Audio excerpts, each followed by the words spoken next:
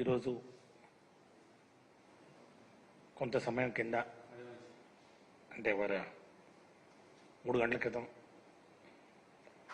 గౌరవ ముఖ్యమంత్రి వర్యులు శ్రీ నారా చంద్రబాబు నాయుడు గారు సిఆర్డీఏ మీద అమరావతిని నిర్మాణం చేసే దిశలో